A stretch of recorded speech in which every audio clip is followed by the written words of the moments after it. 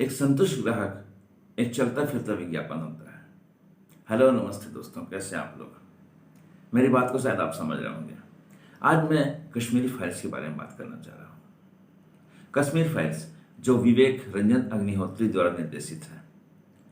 आज मैं इस फिल्म के बारे में कोई स्पॉइलर अलर्ट या इसका रिव्यू करने नहीं जा रहा हूँ।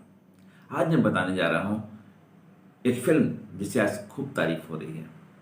वो फिल्म जो सिर्फ 14 से 15 करोड़ रुपए में बनी और आज ये एक हाइप के रूप में, एक बहुत बड़े बवंडर के रूप में लोगों द्वारा देखा जा रहा है और इसे पसंद किया जा रहा है।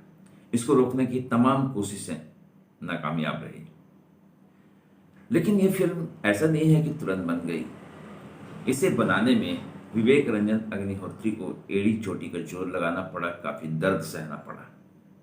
फिल्म देखने के बाद आपको ऐसे ही लगेगा कि क्या ये फिल्म है। मैं तो कहता हूं ये फिल्म नहीं है, ये एक डॉक्यूमेंट्री की जैसे बनाई गई है। इस फिल्म को देखकर आपको बिल्कुल ऐसा एहसास होगा कि आप कोई न्यूज़ देख रहे हैं। और कई लोगों को मैंने थिएटर के अंदर रोते हुए देखा, थिएटर के बाहर भी रोते हुए देखा। विवेक रंजन अग्निहोत्री ने अपने इंटरव्यू के दौरान बताया कि आपको लगता होगा कि ये फिल्म बहुत जल्द तैयार हो गई, फिल्मांकन में समय नहीं लगा। लेकिन जब कोई फिल्म सच्ची घटना पर बनती है तो उस पर काफी रिसर्च होता है। विवेक रंजन अग्निहोत्री ने इस फिल्म को बनाने के लिए अपनी जिंदगी के 4 साल दिए। 2018 से इस पर काम शुरू हुआ था और काफी रिसर्च किए गए थे। रिसर्च होने के बाद जाकर इस फिल्म को तैयार किया गया। और अक्सर ऐसा होता है कि जब कोई बात सही तरीके से पर्दे पर लाने की कोशिश की जाती है या पब्लिक के सामने लाने की कोशिश की जाती है तो इसे काफ़ी रोका जाता है। और ये रुकना यह काम होता है वही बाएं हाथ के इतिहासकार के द्वारा, जिन्हें अंग्रेज यहाँ से जाते समय पैदा करके चले गए थे। भारत की संस्कृति के साथ खिलवाड़ करने वाले ये बाएं हाथ के लेखक, इनका काम ही यही था। अंग्रेजों द्वारा इन्हें पाला पोसा गया था और इनकी कोशिश यही थी अंग्रेजों की कि भारत की संस्कृति को अपमानित किया जाए, इनको छोटा दिखाया जाए और इनको बर्बाद कर दिया जाए। तो इन्होंने जाते जाते भारत की संस्कृति के साथ खिलवाड़ करना शुरू किया और कुछ ऐसे बुद्धिजीवी जो बाएं हाथ के लेखक थे उनको पैदा कर दिया ताकि भारत की संस्कृति, सहिष्णुता, शांति सब बिखर जाए। और यहां पर भी अंग्रेजों ने भारतीयों को नहीं छोड़ा, जाते जाते देश के भी टुकड़े कर दिए।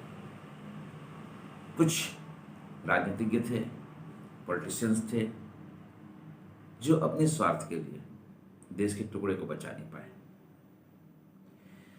कश्मीरी फाइल्स के बाद बॉलीवुड की क्या स्थिति है, आज इस पर थोड़ी सी बातचीत करेंगे। कश्मीर फाइल्स जब लोगों ने देखा तो बहुत ताज्जुब हुआ। मुझे भी ये जानकर काफी ताज्जुब हुआ कि इस फिल्म को लगभग 500 स्क्रीन मिले पूरे भारत में। सबसे बड़ी बात, इसे रोकने की कितनी तमाम कोशिश की गई, कितनी कोशिशें की गई। इसे कहीं प्रमोशन नहीं मिला। इसे खुद विवेक रंजन अग्निहोत्री और पल्लवी जोशी ने जगह जगह जाकर अपना माउथ पब्लिसिटी देने की कोशिश की।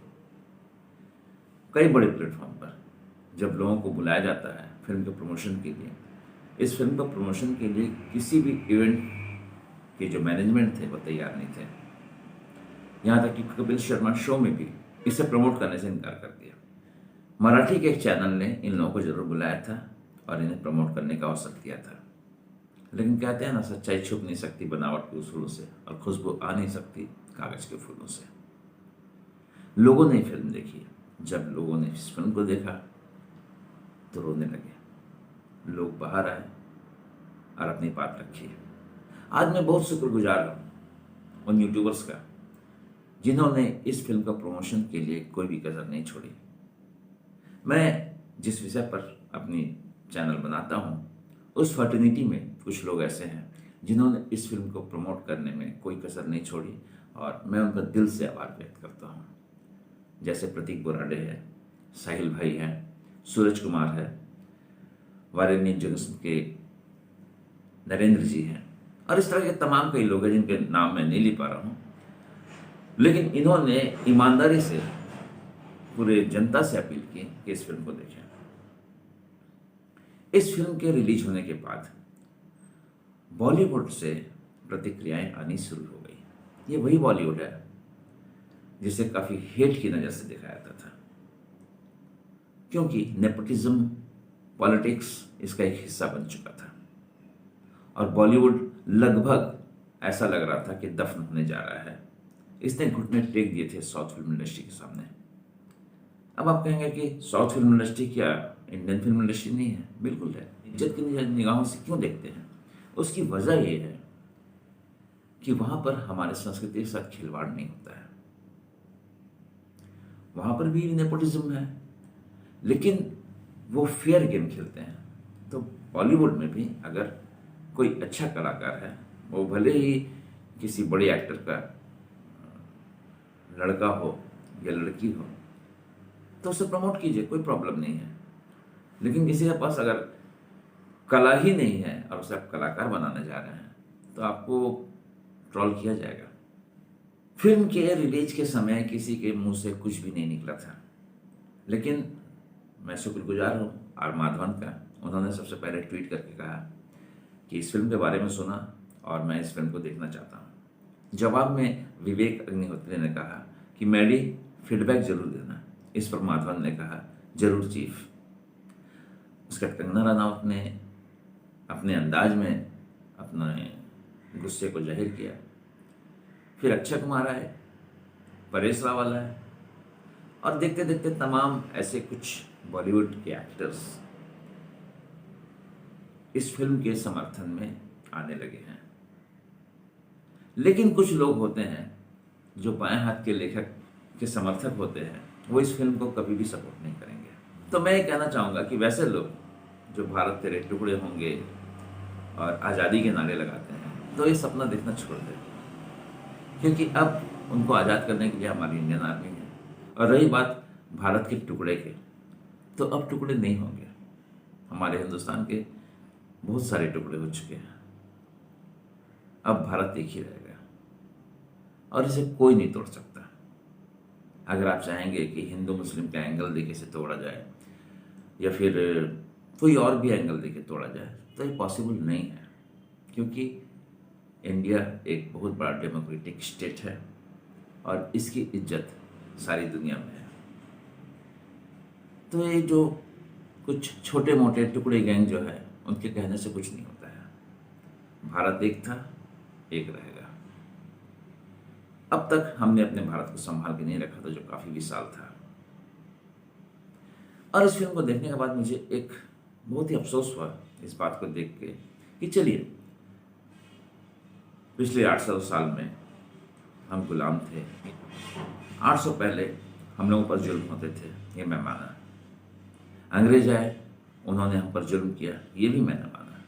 लेकिन स्वतंत्र भारत में एक स्टेट में ऐसा हो रहा है जहाँ पर जुल्म हो रहा है, और उस जुल्म को रोकने के लिए कोई भी पॉलिटिशियन नहीं था, कोई भी एडमिन नहीं था। तो ये बहुत ही ताज्जुब वाली बात है कि हो क्या रहा था वहाँ पर। इसका जवाब तो हमें चाहिए ही।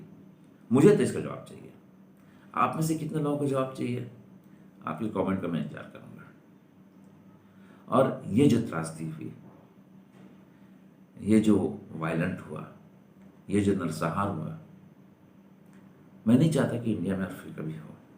तो चलिए, ये फिल्म मुझे बहुत अच्छी लगी। मैं तो इसे फिल्म नहीं मानता हूँ, मैं एक डॉक्यूमेंट्री के तौर पर देख रहा था। और कई लोग इसके पक्ष में आ गए थे, काफ़ी लोग थोड़ा सा मायूस हो गए, काफ़ी लोग इस फिल्म के बारे में बोलने की स्थिति में ही नहीं थे। मैं भी नहीं था। लेकिन इस फिल्म को देखने के बाद मुझे ऐसा लगा कि शायद ये भारत में नहीं होना चाहिए था, या इस तरह की कोई भी घटना हो वो इंडिया में नहीं होनी चाहिए।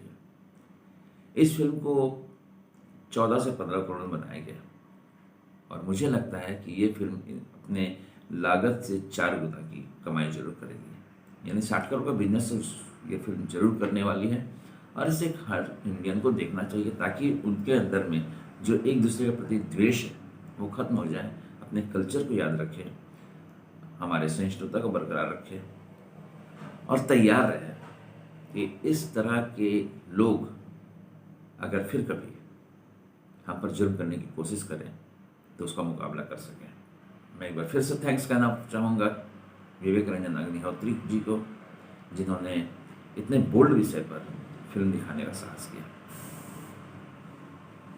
और वीडियो के अंत में मैं यही कहना चाहूँगा कि आज मैं आपसे किसी भी तरह के लाइक और सब्सक्रिप्शन की चाहत नहीं रखता हूँ। मैंने ये फिल्म अपने दिल की बात कहने के लिए बताई थी।